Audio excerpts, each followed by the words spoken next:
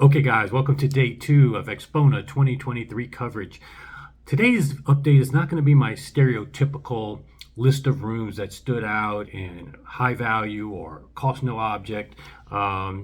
This is going to be geared more for the regular subscriber of my channel that has followed it along, kind of knows all the people I hang out with, some updates there, sharing some information there, sharing some information on prior videos I've released. Right before the show, there was some videos on Rockport. I have some updates of things that transpired today. In acoustic, I've featured them in the past, got an update from them, and also about Munich. So it's more about for people that are kind of following along with the channel. I'm gonna have a lot of updates for you. So if you're looking just for a list of rooms today, there's probably other channels that are doing updates that are more applicable for you. But I will give you right off the bat, the first room we went to today before ours was the Jansen room with the KLH 9s. And like I said, David Jansen and the whole Jansen family, his father, if you research, they have the pedigree that's right up there with the Andrew Jones and the Richard Vandersteens and all the legendary speakers, Arnie Nudell. Very innovative company and family for developing speakers. And they re-released this KLH 9 as a line source with dystonic drivers for bass and also electrostatic. And it sounded great. It's kind of up my alley, and this is my first time getting a little chance to listen to it. But it also parlays into something else that I noticed today, because the sound for the most part was good in all the rooms, but if anything, it's probably a little below par from what I expect normally. But as I said before I started coming out here in the preview video, you cannot judge these companies based on hotel room conditions, especially very crowded Saturday show when the noise floor is terrible, bleed through from the rooms. There's just so many variables. And one of the variables is things can go wrong. Like we just went to dinner with David Jansen, and I'll get to that in a second. Phenomenal dinner. You're going to want to hear this story. But he had a problem with the speakers starting at like 6:30 at night. He was doing a demo and something happened with the stators on one of the channels. And similarly, if you watch my videos today, I think it was the T+A room, there was some distortion on the trombone shorty track, clear as day.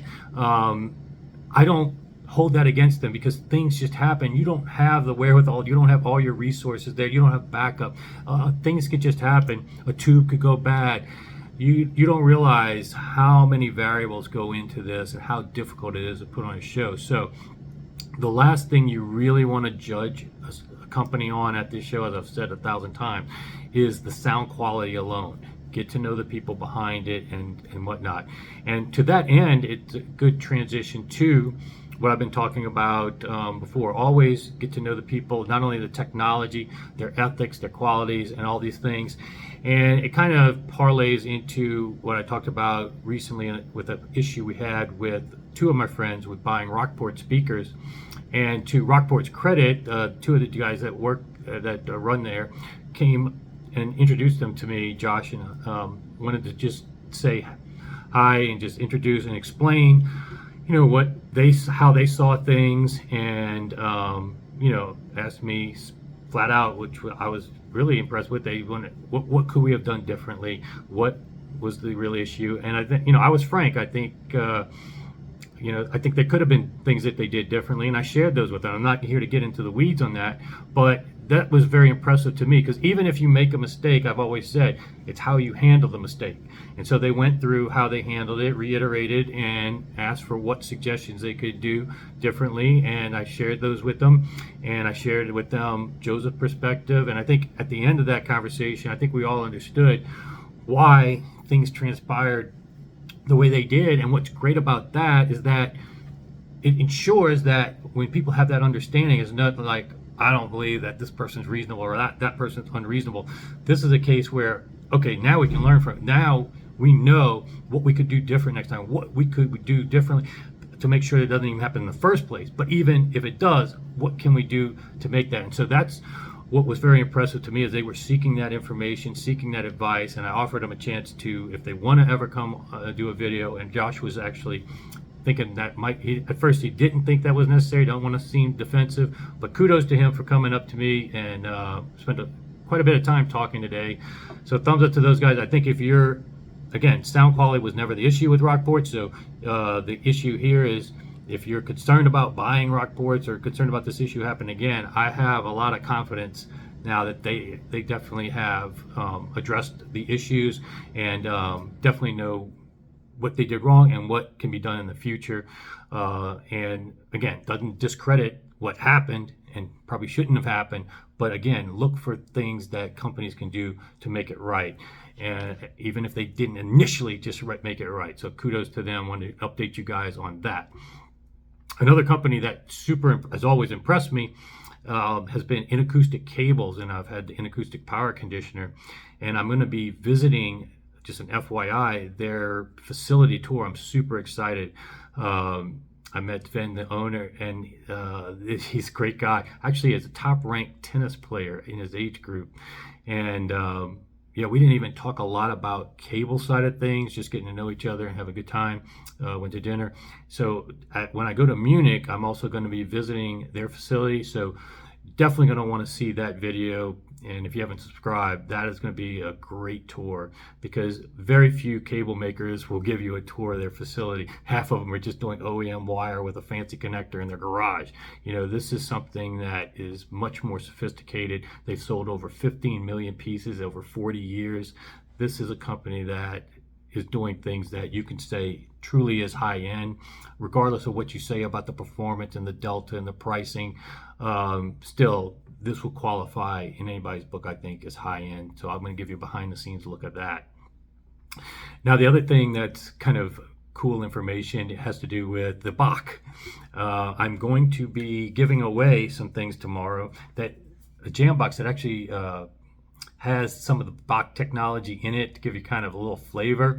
And I'll be carrying one around with me. So if you see me and you haven't had a chance to do the demo, you want just a little taste, because the problem with the Bach room is that it's designed to head track one person in that center position, and only so many people can get in that center seat during a day of a show. And what's the other problem is, once people get in that seat, they never want to get up. They want to do 3, 4, 5, 6 songs. 6 songs at something like 3, 4, 5 minutes a piece. You could see how few people get to actually experience the head tracking, much less the calibration. He only does that periodically as well. But also want to address people that think it's too crazy, it's too gimmicky. It's one of the ironic things of this hobby is that people will spend $7,000-$8,000 on the most, DACs, even $20,000, $30,000, $40,000 that make this much a difference, or even this much difference, or none at all. And that's just the norm in this hobby. I'm upgrading my power cable, I'm updating my DAC, I'm updating my CD player, I'm updating my amps. And the differences are so minuscule that many people couldn't even pass a blind test 10 out of 10 times. The Bach, you never, even in the worst case scenarios with recordings, have very little, unless it's a totally mono recording, you are going to be able to pass a blind test. It may not be the hugest delta depending on what recording. And that's the other takeaway, as I've said before. It's not adding things to recording. So what you hear will be dependent on the recording itself. All it's doing is removing what you've been conditioned to like, or maybe not like, hopefully not like, but at least you've been conditioned to accept, is the fact that you're getting crosstalk from traditional floor standing speakers in any room. And you've been getting a collapsed soundstage because of that. And now there's technology available to remove that crosstalk, to remove what your left ear is hearing from the right, and vice versa. So you now have the ability to hear things right. You still may prefer crosstalk and a collapsed soundstage, so be it. But if you have any question about whether that's right or not, one thing you can do is go into Edgar's room, and instead of doing the test tones and test demos, here's an even better one to prove it 100% to you. No questions asked. This is not a gimmick or anything. While those mics are in your ear, he can do a recording live in that room. He can whisper in your ear, clap 3 feet away, move around and talk to you. So you will know, you will be present at the recording. Then once it's recorded, he can play it back on the stereo, and then put on the Bach filter, put off the Bach filter. And then you will be able to hear now after being there at the recording, which one is more accurate, with the Bach, without the Bach. After you go through that demo, you will never say this is a gimmick or not accurate or digitized or anything. This is more accurate than what you're used to.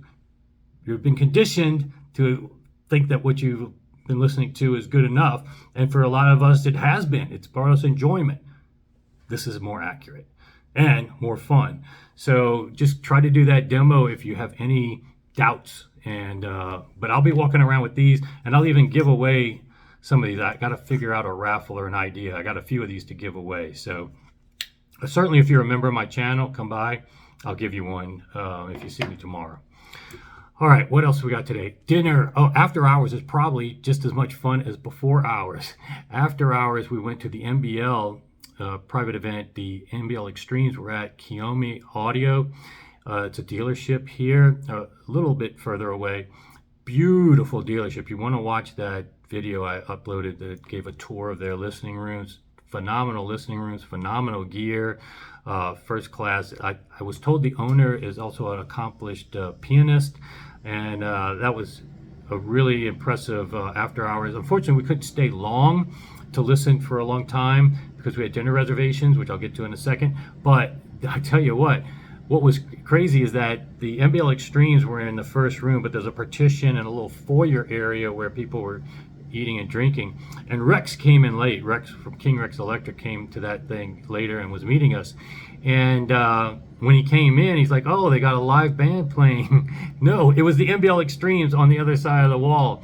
That's how realistic the sound was from the NBL Extremes, that it just pierced through the walls as if it was live. And so it was a phenomenally set up room for the NBL Extremes. Great dealership. Thumbs up to that event, and Jeremy doing a good job. Very impressive. Wish I could have stayed longer. But one of the fun things, just to get you guys a little bit of the fun, is we had a meal that Doug says, his quote was, I don't think I've had a better meal in the last 10 years. And certainly for me, it's one of the most memorable meals as well, because the company of people, Edgar, Pete the Greek, Doug, Rex, David Jansen, we had the best time together. Great guys. That was good enough, even if we're at McDonald's. But the food that we had, probably like 50 courses of Lebanese food. It's kind of more Mediterranean cuisine, super healthy, but super flavorful. So much flavor, and dishes. Every dish was something I've never had before. So I can't recall a dinner that I've ever had so much food that I've never had before, and just food after food after food. I'm gonna sleep good tonight, guys. But I uploaded a few shorts from there, fun. We had this super strong Turkish coffee, and the best time we had at the end of the night was Pete the Greek. What you do is it leaves a residue. It's so thick of coffee, the residue at the end, you turn over your cup, and that residue forms a design based on just the viscosity of it. And then Pete the Greek can do a fortune telling based on what he sees in there. And so that was a lot of fun, telling everybody stories. Some of them weren't safe for work, so can't share all of those, but it was a great time. Lebanese is the Libonais is, I think, the name of the restaurant. Phenomenal restaurant. Definitely will be on the list every time I come to Axpona.